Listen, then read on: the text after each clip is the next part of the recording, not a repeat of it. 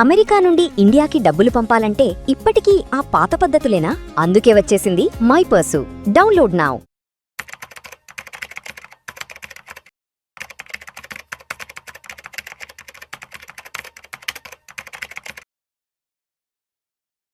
ప్రేక్షకులకి మీ రామచంద్రమూర్తి నమస్కారాలు.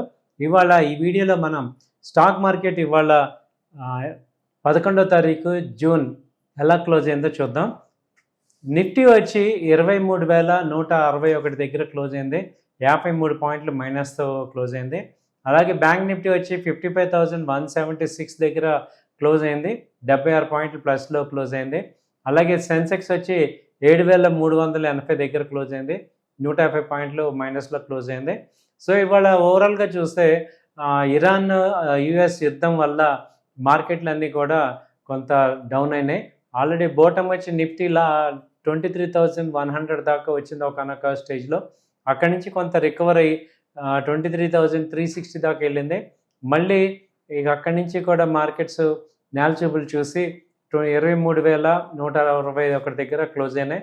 సో ఇవాళ ముఖ్యంగా పెరిగిన కంపెనీస్ చూసుకుంటే M&M బాగా పెరిగింది, దాదాపు 1.6%, 3,140 దగ్గర క్లోజ్ అయింది.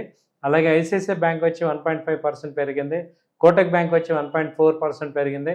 అలాగే సిప్లా 0.7, అలాగే గ్రాసిమ్ కూడా 0.6 పెరిగింది. భారత్ ఎయిర్టెల్ 0.6. అలాగే బాగా నష్టపోయిన స్టాక్స్ చూసుకుంటే ఐటీ స్టాక్స్ వచ్చి ఇన్ఫీ 1.2% దాకా లాస్ అయినాయి. అలాగే హెచ్సిఎల్ టెక్ 1.5%, ఎటర్నల్ 1.4, టీఎంపీ 1.4 ఇలా జరిగినాయి. దాదాపు నిఫ్టీలో దాదాపు 30 కంపెనీస్ మైనస్లోనే క్లోజ్ అయినాయి. సో ఇప్పుడు మార్కెట్స్ మేజర్గా చూస్తుంది ఏంటి అంటే ఎక్కడ కూడా పాజిటివ్ 2 రోజులు పాజిటివ్ వెళ్తే 3 రోజు కంపల్సరీ డౌన్ అవుతున్నాయి. ఈ యుఎస్ ఇరాన్ యుద్ధం వల్ల మార్కెట్స్ అన్నీ కూడా మేజర్గా రేంజ్ బౌండ్లోకి అయిపోతున్నాయి. ఇది 23,600 నుంచి 23,000 మధ్యలోనే ప్రజెంట్ మా నిఫ్టీ రేంజ్లో ఉంది. జస్ట్ 2 డేస్ బ్యాక్ కూడా 23,500 ఆ రేంజ్ దాకా వచ్చి మళ్ళీ ఫ్లాట్గా డౌన్ అయిపోయింది. సో మేజర్ రెసిస్టెన్స్ వచ్చి 23,600 ఆ రేంజ్లో ఉంది. అలాగే మేజర్ సపోర్ట్ జోన్ 23,000 దగ్గర ఉంది.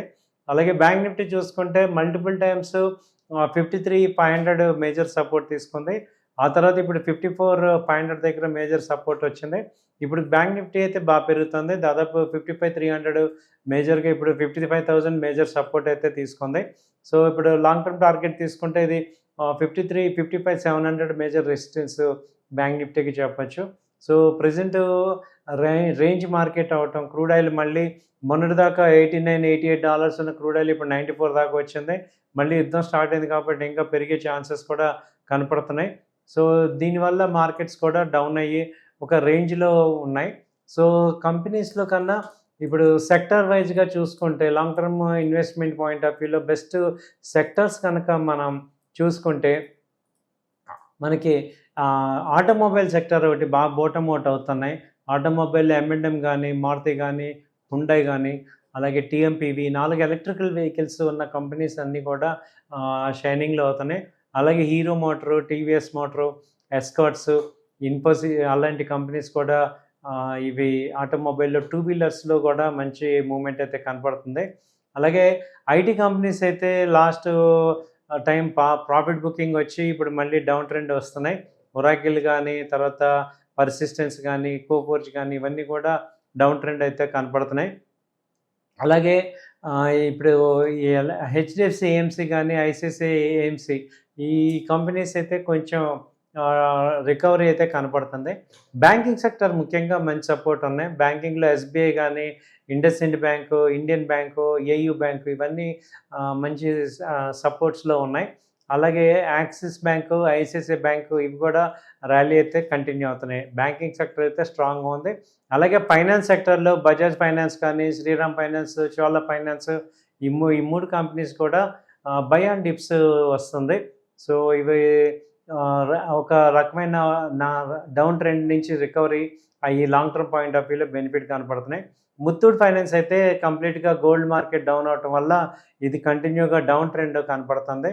అలాగే డాక్టర్ రెడ్డీస్ కానీ, ఫార్మా చూసుకుంటే డాక్టర్ రెడ్డీస్, తర్వాత అపోలో హాస్పిటల్, దివీస్, టోరెంట్, గ్లెన్మార్క్, లూపిన్, ఆల్కేమ్ ఇవన్నీ కూడా ఇవి బాటమ్ అవుట్ అయ్యి రివర్సల్ అయ్యే ఛాన్సెస్ కనపడుతున్నాయి. అలాగే ఇప్పుడు మన కన్జ్యూమర్ డ్యూరబుల్స్ చూసుకుంటే బ్రిటానియా కానీ, తర్వాత డాబర్ కానీ, హిందుస్థాన్ యూనిలివర్ కానీ ఇవి కూడా మంచి ఇన్వెస్ట్మెంట్ పాయింట్ ఆఫ్ వ్యూలో బాటమ్ అవుట్ అయ్యి రివర్సల్ కనపడుతున్నాయి. అలాగే defence stocks BDL, HAL, Cochin, Mazdock, GRSE, BML, BEL ఇవన్నీ కూడా బాగా బాటమ్ అవుట్ అయినాయి. ఇవి కూడా లాంగ్ టర్మ్ పాయింట్ ఆఫ్ వ్యూలో సెక్టర్స్లో కూడా చూసుకోవచ్చు. సో అలాగే మనకి ఎంసీఎక్స్ తర్వాత బిఎస్సి రెండు కూడా బాగా డౌన్ అయ్యి ఇది కూడా ఒక ఇన్వెస్ట్మెంట్ పాయింట్లో బాగున్నాయి. ఇలా ఈ కంపెనీస్ అన్నీ కూడా సెక్టర్ వైజ్గా చూసుకుంటే కొంత పోర్ట్ఫోలియో బిల్డ్ చేసుకోవడానికి ఇది ఒక మంచి అవకాశంగా తీసుకోవచ్చు. So long term point of వ్యూలో ఇది మంచి ఇన్వెస్ట్మెంట్ పాయింట్లో ఉన్నాయి. సో ఇప్పుడు నెక్స్ట్ రేపు ఫ్రైడే ఎలా ఉండబోతుంది ఏంటి అని చూసుకుంటే ఫ్రైడే జనరల్గా ప్రాఫిట్ బుకింగ్ అవుతుంది, డౌన్ ట్రెండ్ అయ్యే ఛాన్సెస్ ఎక్కువ ఉన్నాయి. సో నిఫ్టీ వచ్చి 23,000 మేజర్ సపోర్ట్ ఛాన్సెస్ ఉన్నాయి.